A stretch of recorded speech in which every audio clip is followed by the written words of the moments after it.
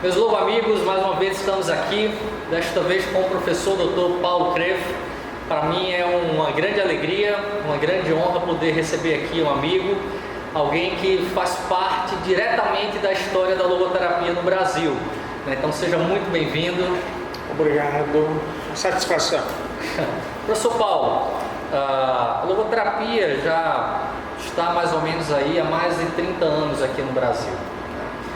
E sem dúvidas a sua história de alguma maneira também está vinculada à história da logoterapia. Compartilhe um pouco conosco, como é que foi a tua história com a logoterapia no começo, a contribuição que você trouxe para que a logoterapia pudesse se tornar também hoje essa abordagem que ela é, essa teoria que tem se consolidado. Bem, eu tive a sorte de conhecer a logoterapia na graduação. No segundo ano, numa disciplina, de certa forma, atípica, porque não estava no currículo, que era uma universidade católica, Pontifícia Universidade Católica, e eles resolveram, no meio do caminho, introduzir uma disciplina que era cultura religiosa. E nós até protestamos, porque primeiro nós não queríamos pagar mais uma disciplina, e o nosso temor é que a cultura religiosa fosse catecismo. Nós tivemos uma sorte muito grande, que o professor era um padre, mas psicólogo. Então nós lemos 4 obras, começando com O Futuro de uma Ilusão, do Freud. Nós todos conhecemos a visão dele sobre religião. Depois 2 outras que têm o mesmo nome, Psicanálise e Religião, do Erich Fromm e do Gregory Zilberg. E depois O Homem em Busca de Sentido, do Frankl. Então ali foi muito interessante conhecer o Frankl, mas depois dessa disciplina o Frankl desapareceu. A minha formação toda, basicamente, naquela época, 70, 74, era psicanalítica, E então desapareceu dentro da faculdade, Depois eu fui fazer mestrado, aí eu encontrei mais livro do Frankl, comecei a estudar.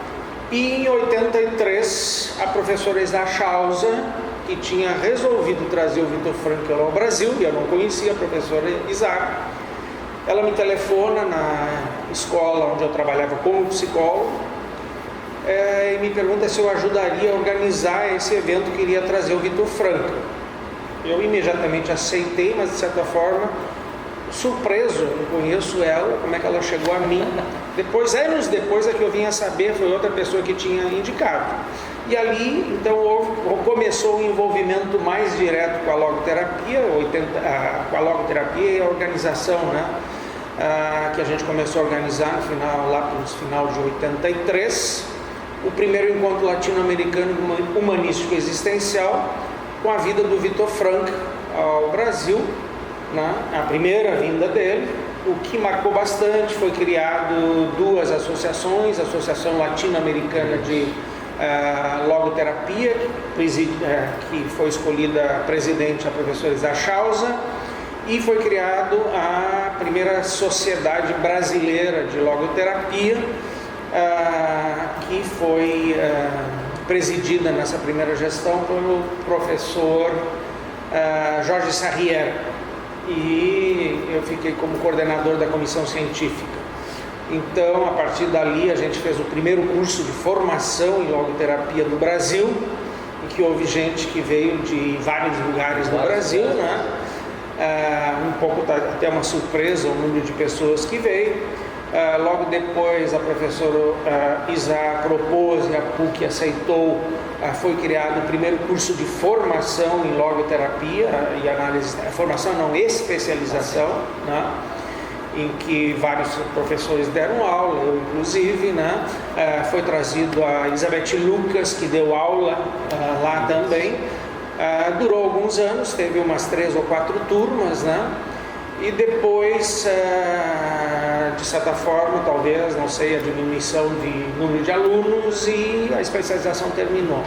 Mas a gente continuou o trabalho ali, que se criou um grupo de pessoas que ficaram estudando logoterapia, um grupo que durou 10 anos com as mesmas professores, o professor Joyce Sarriera, eu e várias outras pessoas. E a gente seguiu trabalhando, né, também com a professora Izar, fazendo palestra, fazendo grupos de estudo, e era uma das grandes vontades da professora Izar que a gente voltasse a ter a especialização em logoterapia, que foi uma batalha bastante grande. Houve uma tentativa numa outra faculdade, que teve um grupo bastante grande depois de um curso de extensão, tinha 40 pessoas, todas dizendo que queriam fazer especialização, mas quando se concretizou, na verdade só 7 pessoas se inscreveram, e aí não dá para uma faculdade particular manter isso.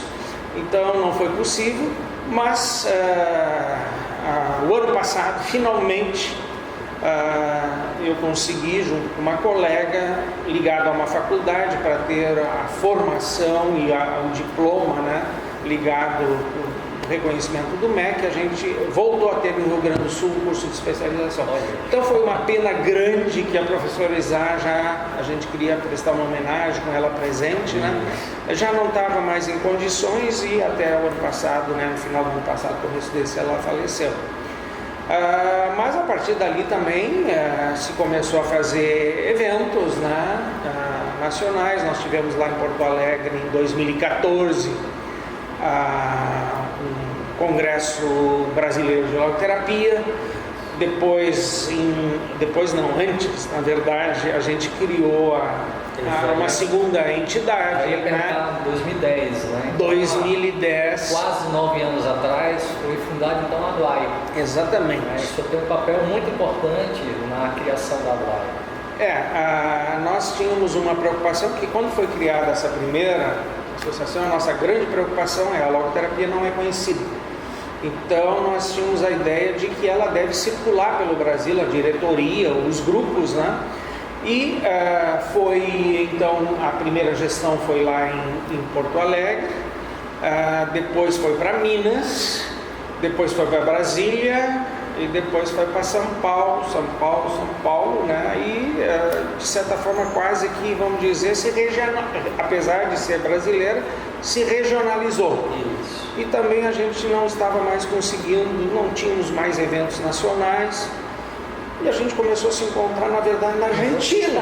Quando nós começamos os eventos internacionais, quando a gente começou a olhar, puxa, mas lá no Pará está se fazendo isso, lá em Brasília está se fazendo isso, e nós estamos trocando experiências, os brasileiros, aqui na Argentina. Então, com a professora Izar, a gente conversou com o pessoal, conseguiu uma sala, conversamos da situação e já marcamos que nós queríamos discutir a situação, ou voltar a circular essa sociedade anterior, ou fundar uma nova. Acabou resultando que fundamos uma nova, né, Associação Brasileira de Logoterapia e Análise Existencial, e que eu fui proposto, não acabei aceitando desta vez, que da outra eu tinha recusado ser o primeiro presidente dessa sociedade, né? E que daí depois o primeiro congresso foi lá em Curitiba. Sim, o primeiro congresso onde foi fundado, né? Isso. E depois em Campina Grande, né? Que foi o segundo congresso já da ABLAI, né? Isso. Então, a partir dali, eu acho que houve um grande desenvolvimento, nós podemos dizer praticamente em menos de 10 anos, né? O que se formaram de grupos e principalmente de cursos de formação e cursos de especialização. Eu acho que todo mundo estaria extremamente feliz com o que se obteve. E eu tenho sempre dito, quando se fundou a ABLAI, praticamente não tinha publicações de autores brasileiros em logoterapia, né?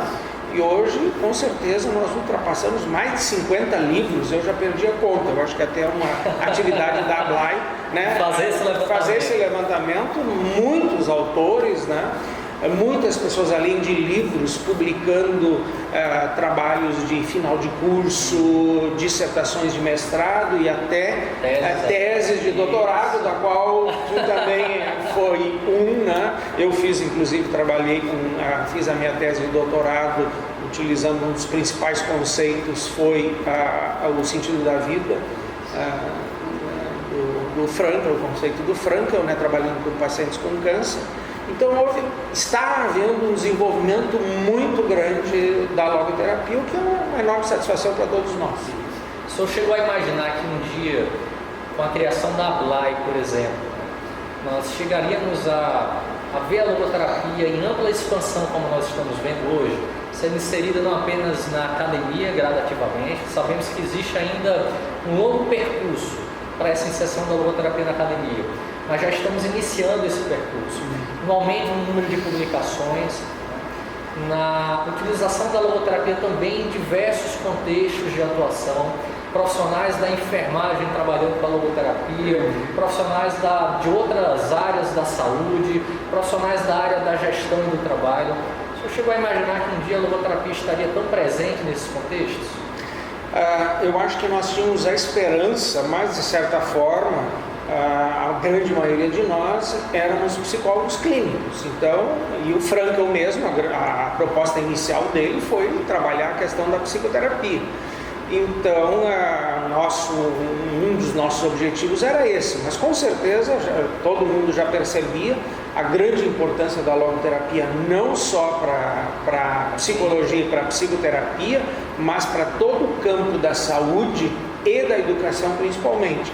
E à medida que foi se desenvolvendo, não só no Brasil, mas em outros lugares, está se expandindo, como tu colocasse, inclusive para a área de trabalho, né? E o Frankl realmente tem muito a contribuir para isso. Então, eu diria, nós não podemos vislumbrar que iria tão rápido, e é uma satisfação muito grande a gente ver esse desenvolvimento que está havendo, né? E as pessoas se entusiasmando muito com a logoterapia, dentro dos cursos de psicologia, quando descobre que ainda é uma área que tem que ser mais expandida em termos de conhecimento, né?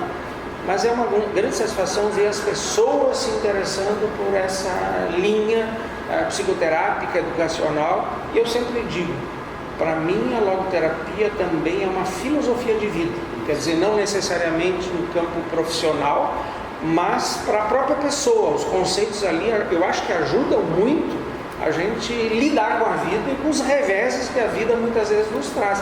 E inclusive também apreciar a vida, que era uma das coisas que o Frankl falava muito, que às vezes as pessoas pensam que o Frankl só fala de sofrimento, de dor, de morte. Não, isso é uma parte significativa, assim como é da vida. Mas não, o Frankl valorizava muito outros conceitos, como os valores criativos, os valores de vivência, né? Quer dizer, a logoterapia eu acho que é bastante importante para a vida toda. O Dr. Bizarro nos dizia que nós deveríamos ser sempre logoviventes. Eu acho que é uma boa colocação, né? A gente viver a logoterapia.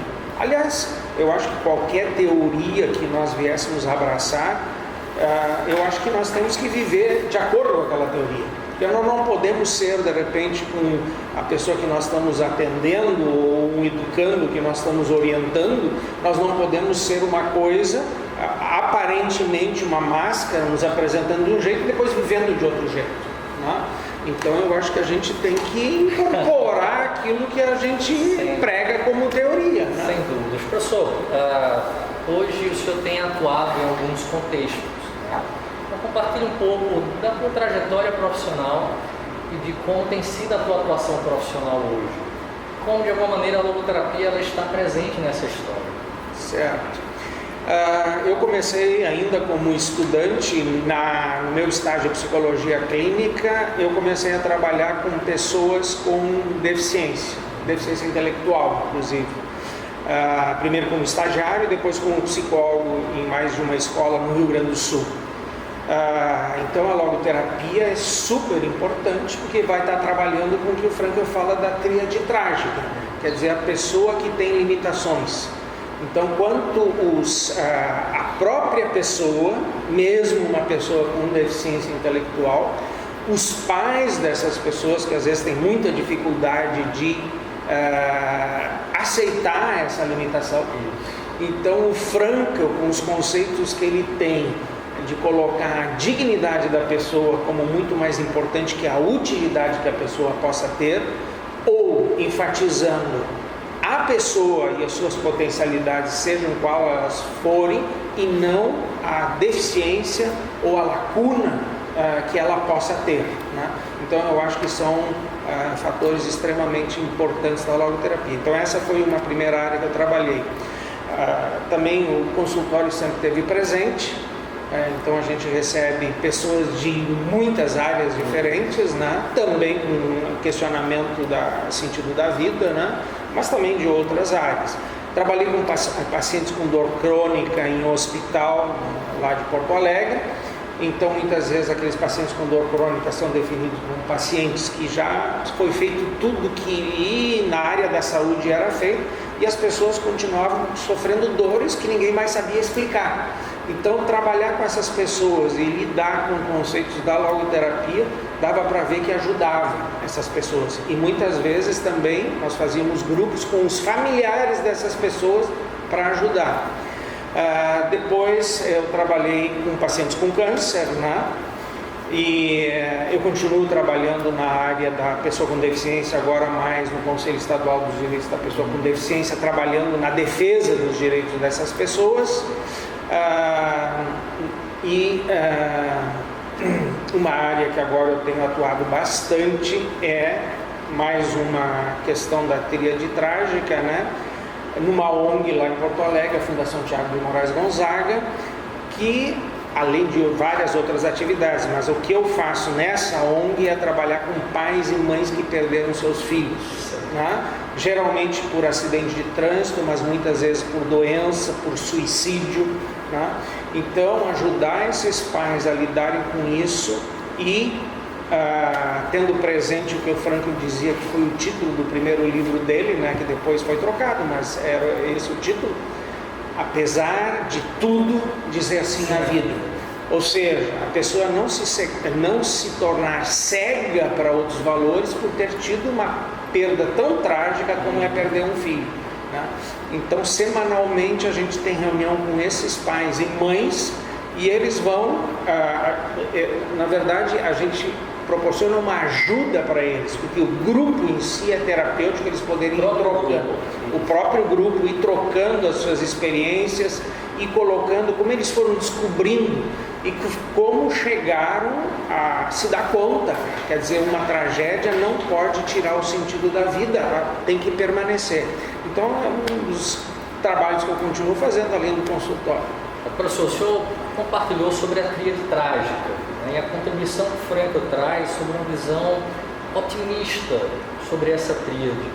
Para as pessoas que não sabem o que é a tríade trágica, para as pessoas que conhecem pouco a logoterapia, o pensamento de Viktor Frankl, o senhor já tem, né, algumas publicações relacionadas a esse tema, eu já tive a oportunidade inclusive de lê-las, são publicações muito ricas. Então, o senhor poderia compartilhar conosco sobre essa contribuição do Viktor Frankl? Certo. Uma primeira questão que o Viktor Frankl coloca, o que faz parte da existência não pode tirar o sentido da existência. Existir, nós sabemos que também, além de ter uma série de valores que nos dão satisfação, prazer, alegria, tem momentos de tristezas, como um relacionamento afetivo que se rompe, a morte de uma pessoa amada. Nós mesmos temos que lidar com a ideia que em algum dia nós morreremos, né? Então tudo isso, doenças, né? Conflitos familiares, às vezes, né? Conjugais. Então são tudo questões que a pessoa tem que lidar. E o Frankl diz, se a gente não encontrar um sentido no sofrimento, que é uma coisa difícil de ser encontrada, e eu até acho que é uma das maiores contribuições do Frankl trabalhar essa questão, e que eu acho que inclusive é difícil no começo, porque as pessoas, que sentido pode ter o sofrimento? Para que sofrer? Né? Exatamente. Quer dizer, o sofrimento em si não tem sentido, mas tem sentido o que eu faço com esse sofrimento, né? Então, por exemplo, no grupo estou trazendo algumas experiências do grupo de pais, que é uma coisa muito presente. Pais, e no começo eles não dizem isso. E se tu falares para eles que a vida continua, que pode encontrar mesmo naquele sofrimento mais adiante algo que eles vão ver como positivo, não dá para dizer no começo, porque tu pode apanhar dos pais, né? Que o sofrimento, eu sempre digo que pode ser como um holofote que está virado para a pessoa, ela só enxerga aquele sofrimento, então tu tem que virar aquele holofote para que ele volte a ver os sentidos que haviam, né? Então, por exemplo, situações que nós vivenciamos mais de uma vez, de uma pessoa dizer, e não necessariamente nós trabalhamos no grupo usando a terminologia do Frankl, né? Mas sempre tendo o conceito presente, pais dizendo, eu me tornei uma pessoa melhor com a morte do meu filho. Por quê? Bem, eu percebi, e aí um exemplo bem prático, um pai dizendo, eu trabalhava 14 horas por dia, porque eu queria proporcionar um bem para minha família, um cara que ficou rico, né? Mas ele disse, eu não tinha tempo para minha mulher, eu não tinha tempo para meus filhos, né? E o meu filho morreu. Agora me restou um filho. E aí eu percebi que eu estava vivendo mal a minha vida. Ele continuou trabalhando, porque ele gosta de trabalhar, né? Mas ele disse, agora eu vi o que para mim é importante. É o meu filho, que não tinha pai. Agora eu estou me dedicando ao filho que eu ainda tenho. A minha mulher. E mais, ele disse, eu ganhei muito dinheiro. Para que é esse dinheiro? Então agora eu vou devolver para a sociedade um pouco disso, e se propôs a fazer obras sociais, né? Então esse é um exemplo de transformação. E pessoa dizendo textualmente assim, que até me surpreendeu, né? A dor nos faz crescer, né? De se tornar mais empático, mais compreensivo com a dor do outro. Professor, o senhor falou sobre o sofrimento, sobre a morte.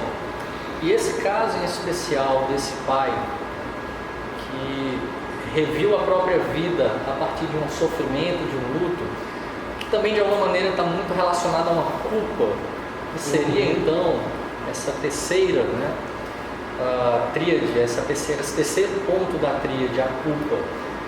Esse encontro de sentido, né, é também uma maneira de reparar essa culpa, que é algo muito presente na nossa sociedade hoje, a culpabilização, né? Mas também a autoculpa.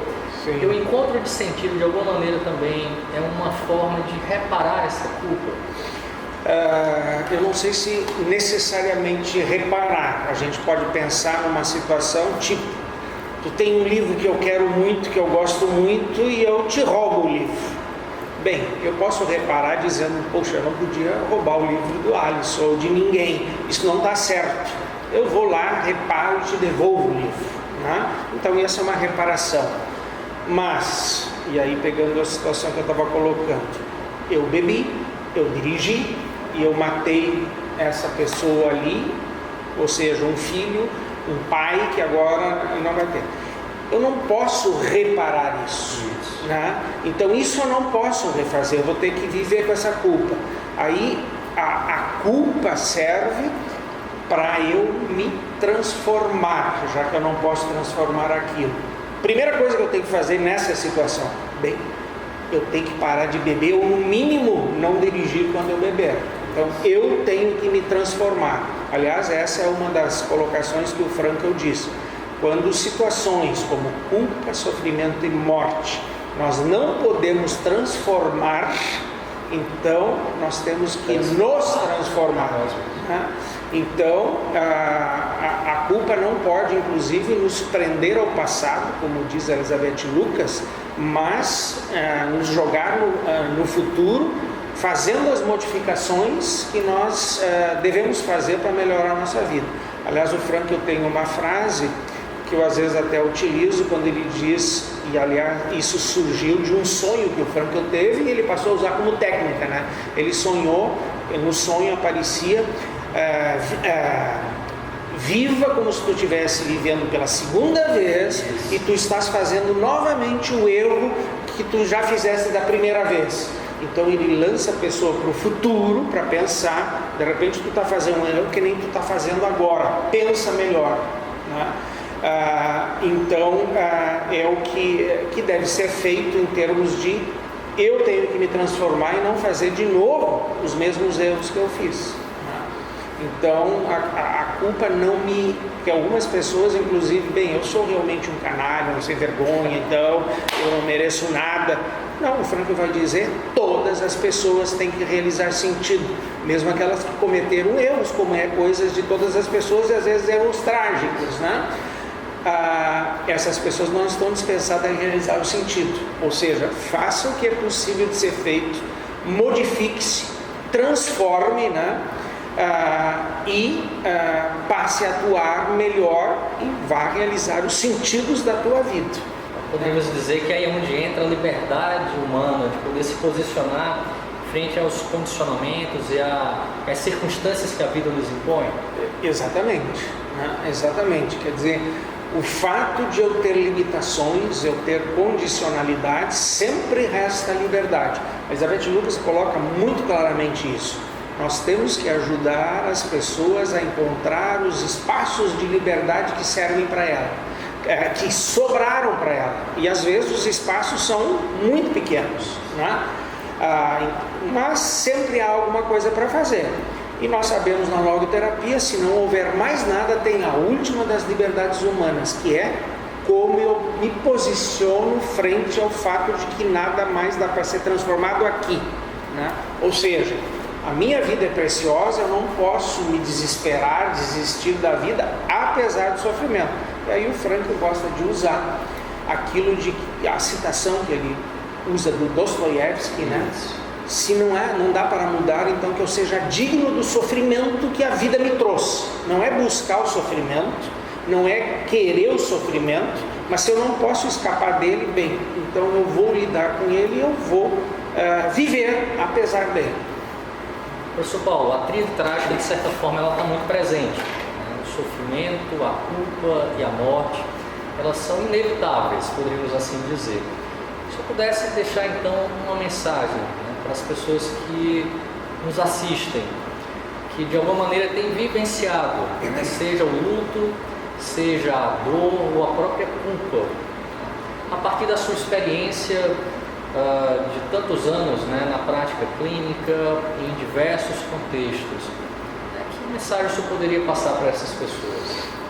Olha, me ocorrem duas frases que eu gosto muito, eu gosto de dar para as pessoas e eu gosto de utilizar para mim, gosto de pensar muito frequentemente nelas. Uma é do Rollo May, que ele diz: eu sei que eu estou vivo agora e eu sei que um dia eu vou morrer. O que eu vou fazer entre essas duas datas é a grande questão importante, né? Então, o que é importante de ser feito? Então, vamos começar agora, né, de fazer.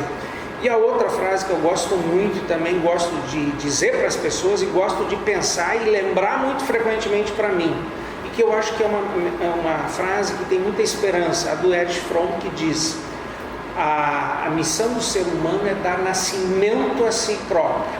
Ou seja, nós somos uma construção, nós não estamos prontos. Até nós morrermos, nós estamos nos construindo. Então eu posso me perguntar: eu estou satisfeito com o jeito que eu estou? Independente da idade que eu estou? Eu não estou satisfeito?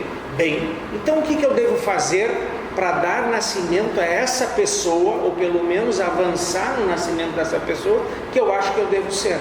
Aquilo que o Frankl diz, né, que nós temos sempre uma tensão entre nós, dentro do que eu sou e o que eu devo ser. Isso. Quando eu descubro que aquilo é significativo, aquilo é importante, então isso passa a ser um dever, eu devo ser aquilo, né? Então eu acho que essa é uma mensagem importante de nós pensarmos: que pessoa nós queremos ser? E principalmente, que às vezes a gente ouve muito no consultório, e eu atendo muitas pessoas idosas, né? As pessoas dizem: mas agora, ou doentes que sabem que tem pouco tempo de vida, mas agora não tem mais tempo. Não, mas peraí, tu tem quanto tempo que tu acha que tu tem? Eu gosto de trabalhar inclusive com isso, e às vezes pessoas que dizem: agora já estou muito velho. Sim, mas tu tem 50 anos, quanto tempo tu ainda tem? Uns 10, 15 anos. E se tu pudesse, o que tu gostaria de fazer? Eu gostaria de fazer isso, mas com 15 anos tu pode fazer isso. Bom, começa a fazer. E às vezes coisas muito simples, porque às vezes a gente pensa que tem que ser grandes revoluções. Eu lembro de uma pessoa que eu estou atendendo, uma pessoa que tem câncer, com muitas metástases, e está indo cada vez pior, né? E uma das coisas que ela levantou é uma pessoa que tem relativamente bons recursos, sempre teve, quer dizer, sempre não, quando era jovem não, mas depois teve um bom trabalho, teve recurso, e ela um dia disse que ela queria ajudar o filho e não tinha dinheiro mais, porque ela estava muito mal em termos de gastar muito, né? Então não tinha como ajudar o filho. Isso que o filho tinha muito boas condições, melhores que ela, mas aquela história de os pais sempre querem ajudar os filhos. Isso. Então, inclusive, até segurando ela, não, tu tem que deixar o teu filho viver dentro das limitações que ele tem. Mas ela disse, eu gostaria de ter sido uma pessoa diferente, uma pessoa que tivesse economizado, porque ela disse, eu nunca me faltou nada, mas eu sempre gastei tudo que eu ganhava. E eu digo, por que tu não começa, se isso é uma coisa que tu acha importante, que tu gostaria que teus filhos também fizessem isso? Eu disse, mas agora eu não tenho... Mas por que tu não começa a fazer? Porque tu teria a satisfação de eu estou fazendo uma coisa que era importante. Então nós combinamos que todos os meses ela vai escolher alguma coisa, tipo, não vai comer uma sobremesa, não vai comprar, ela sempre foi de comprar muita roupa. Bem, essa roupa eu não preciso comprar. E aquilo ela ia depositar na poupança. Ela já está fazendo. Então todos os meses eu pergunto, como é que está a tua poupança? Ela já está com 5 mil reais. E em algum momento tu vai decidir, o que eu faço com esse dinheiro? Eu dou para alguém, eu compro alguma coisa, né?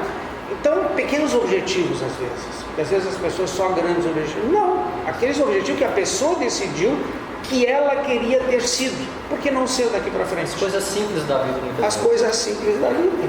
Né? Aquilo que eu quero ser. E a frase do Frankl, né, quando ele diz que até o último suspiro poderá o ser humano configurar a sua vida de modo que tenha sentido. Exatamente, exatamente. Tem aquele livro famoso do Tolstói, né, A Morte de Ivan Ilitch, uma pessoa que viveu uma vida que no fim ele vê que foi uma vida vazia, sem sentido, e se desespera porque ele fica doente e a morte vai se aproximando e é um desespero total. E praticamente nos últimos dias de vida ele começa a refletir sobre tudo o que aconteceu da vida dele e começa a modificar e no fim uma aceitação, né? E aí vem o que o Frankl disse, né? Até o último momento tu pode retrospectivamente mudar a tua vida do jeito que tu viveu o final, né? Então a gente sempre tem a possibilidade de realizar sentidos, até como tu disseste, até o último momento da vida, né? E a gente tem que escolher o que eu quero fazer. Professor, poderíamos afirmar que a logoterapia é sem dúvidas uma abordagem muito contemporânea e que ela não é apenas teórica ou filosófica, como muitas pessoas imaginam, que tem pouca implicação prática na vida das pessoas. É possível nós quebrarmos esse estereótipo a partir da tua própria experiência? Nós estamos falando, né, de que a logoterapia às vezes é vista só como uma teoria bonita, né? Então uma das coisas que eu gosto de colecionar é de exemplos práticos que eu posso apresentar para as pessoas, mostrando que a logoterapia não é só teoria, é prática. E aí eu quero apresentar a situação de uma pessoa de Porto Alegre, uma negra, mulher, varredora de rua, analfabeta. E ela varria as ruas do centro de Porto Alegre. E ela olhava aquelas crianças que nós tínhamos há 20 anos atrás, morando na rua, crianças morando na rua, e a gente, como sociedade, se acostumou a ver aquelas crianças e deixando. E essa pessoa se angustiava por aquilo. E ela dizia para as colegas, um dia eu vou cuidar dessas crianças, e as colegas riam dela, colegas varredoras de rua, e diziam para ela, tu, negra, mulher, analfabeta, varredora de rua, tu vai conseguir fazer alguma coisa? Onde é que estão teus filhos? Estão em casa, porque tu não tem tempo de cuidar deles. E ela disse que aquilo foi angustiando ela, e ela teve um sonho em que ela estava cuidando dessas crianças. Aí vem a questão da logoterapia que diz, apesar dos condicionamentos que a gente tem, sim, eles nos limitam, mas o que importa é a decisão que a gente toma se a gente vê sentido. E ela via sentido em fazer isso. Ela foi para casa, ela pôs o fogão dela na rua, comprou umas batatas, comprou um pedaço de carne, pegou arroz, pediu para o sujeito escrever hoje sopa grátis, porque ela não sabia escrever, pôs ali e fez a primeira sopa para as crianças de rua do bairro dela, que é um bairro bastante pobre de Porto Alegre. E a partir dali, ela criou uma ONG, que na última vez que eu vi, que já faz mais de 5 anos, ela atendia 700 crianças e adolescentes no turno inverso. né, da escola. Tendo equipe de médico, professor, psicólogo, tudo uma coisa que ela foi montando e criando, né? Se alfabetizou, escreveu o livro, esteve no programa do Jô Soares apresentando o que ela faz, né? Quer dizer, uma demonstração muito prática para quando a gente pensa, não, mas eu não vou ter condições, uma pessoa que a gente diria sem nenhuma condição, mas sem nenhuma condição enquanto ela não decidiu o que ela ia fazer. E assim está cheio de exemplos. Por exemplo, também lá, numa cidade do lado de Porto Alegre, um ex-PM que teve que ser aposentado por invalidez, que passa o ano inteiro recolhendo brinquedo velho das pessoas e arruma os brinquedos e depois no Natal distribui para as crianças. Não aceita doações em dinheiro, para não haver coisa de que está juntando, mas ele junta latinhas para daí juntar dinheiro, para daí arrumar os brinquedos. Uma pessoa, né, pobre, inclusive ele sai de carrinho, puxando um carrinho, né, e as pessoas distribuindo. Quer dizer, a grande questão é, eu tenho que decidir o que é importante de fazer. E no momento que eu decido, bem, aí eu vou arranjar os meios de fazer. Cada um pode fazer alguma coisa. Tem uma outra frase que eu gosto muito, de um autor, Halley, que ele diz o seguinte: eu não posso fazer tudo, mas eu posso fazer alguma coisa. E exatamente porque eu não posso fazer, então eu não posso me recusar a fazer aquele pouco que eu posso. Ou seja, a responsabilidade de todos nós fazermos alguma coisa para mudar a nossa sociedade. E com certeza o nosso Brasil está precisando de muitas mudanças, né? Mudanças pessoais, mudanças na sociedade. E eu acho que nós nos transformando, né? Podemos transformar a sociedade. Eu sempre gosto de perguntar, quando a gente está discutindo essas coisas, tem que mudar isso, tem que mudar aquilo e não sei o quê. Por onde é que a gente vai começar? E eu sempre digo, por que não por nós próprios? Né? Vamos começar por nós. Essa é a grande questão. Vamos dizer que a transformação pessoal, ela precede a transformação social. Exatamente. E a modificação pessoal é a mais difícil, porque a gente sempre quer transformar a nossa mulher, os nossos filhos, os professores, o presidente, ou não sei o quê. Vamos começar nos modificando. Depois nós podemos propor e ajudar os outros também a se transformar e transformar a sociedade. Excelente. Professor Paulo, muitíssimo obrigado. Foi uma conversa muito agradável, muito rica. Nós dialogarmos sobre temas tão importantes como, por exemplo, a tríade trágica. E a gente tem também, ao final do nosso bate-papo, da nossa conversa, um momento para nós conhecermos um pouquinho melhor dos nossos grandes referenciais da logoterapia brasileira. Então, um grande hobby que o senhor tem, algo que o senhor gosta de fazer? Cinema, leitura. E eu sempre uso, além de ser um prazer, usar o cinema, a leitura, eu gosto de usar, sempre estou recolhendo coisas que eu posso utilizar depois no trabalho, mas sem tirar o prazer de fazer isso. Eu estou aposentado, apesar de continuar com bastante trabalho, mas, por exemplo, eu tenho um grupo de aposentados em que nós escrevemos textos ficcionais e lemos um para os outros, passamos filmes e discutimos os filmes, né? Ou seja, fazemos para os professores aposentados, mas também abrimos para a comunidade que queiram vir. Então, juntando hobbies, com certeza é o que eu bastante. Tenho outras coisas que eu gosto de fazer. Viajar é uma das coisas que eu gosto de fazer bastante, né? Eu acho que a gente sempre aprende a viajar. Um livro. Livro. Quer dizer, um livro? Um livro de maior interesse, um livro assim, aquele livro de cabeceira, vez por outra reler. Certo. Livro que eu sempre releio, Meditações do Marco Aurélio. Imperador romano, mas filósofo estoico. É muito interessante tu ler aquilo, ver todas as proposições que ele apresenta, né? O Buda, Dhammapada. Eu gosto de ler o Buda tem muita coisa para nos dizer, né? Quando ele fala, tem muita coisa de que nós podemos dizer. O meu filho me diz às vezes, mas isso o Buda já dizia. Eu digo, sim, mas o Frankl também dizia. Ou seja, o Buda diz uma coisa: com nossos pensamentos nós construímos o mundo.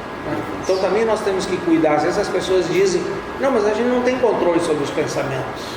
A gente tem também controle sobre os pensamentos. Alguns vêm, por exemplo, do que eu estava falando de pais e mães, a morte de um filho, às vezes vem a situação de ver o cadáver, imaginar o filho dentro do túmulo, e aquilo vem e martiriza. São intrusivos, né? Mas a gente coloca, sim, essa é uma coisa que não dá para evitar que ocorra, mas a gente pode escolher também o que eu vou ficar pensando, os bons momentos que eu tive, a satisfação, apesar da dor que eu tive de perder, a satisfação que eu tive esse filho por 20 anos, que eu digo que me trouxe tantas coisas boas. Por que também não se centrar nesses pensamentos? A gente constrói o mundo a partir dos pensamentos que nós também escolhemos, né? Então eu gosto muito de ter o Buda ali, né? E livros, eu gosto muito de ler contos e coisa, então... Professor, um sonho ainda não realizado. Um sonho ainda não realizado. Eu tenho sonhos bem pequenininhos, quer dizer, não é tão pequenininho, mas... eu tenho brincado muito que na idade que eu estou indo por 70 anos, e dentro daquela história de que a gente tem um tempo limitado, eu comecei a brincar com isso. Primeiro brincar, mas agora eu estou tentando trabalhar cada vez mais sério. Eu só tenho mais 5 anos de vida. Como assim 5 anos de vida? Sim, eu estou imaginando que de repente, até pela minha história familiar, das pessoas como foram morrendo, né, mais cedo, o que eu quero fazer em 5 anos? Então, uma coisa muito simples, eu sempre quis viajar para a China. Então, eu já estou dizendo para todo mundo, nos próximos 5 anos, vocês vão me ouvir contar a minha viagem à China. Uma coisa que eu quero fazer. Isso em termos de satisfação pessoal. Outra coisa que eu quero continuar fazendo é continuar trabalhando pela logoterapia, escrever mais, que eu escrevi muito pouco, pesquisar mais e... algo que está sendo muito valorizado, que eu de certa forma já faço, esse trabalho social, tanto no Conselho Estadual de Direito da Pessoa com Deficiência, nesse grupo. Na Espanha, enquanto estava fazendo doutorado, eu fui também voluntário na Associação Espanhola contra o Câncer, acompanhando pessoas que eram consideradas pacientes terminais, né?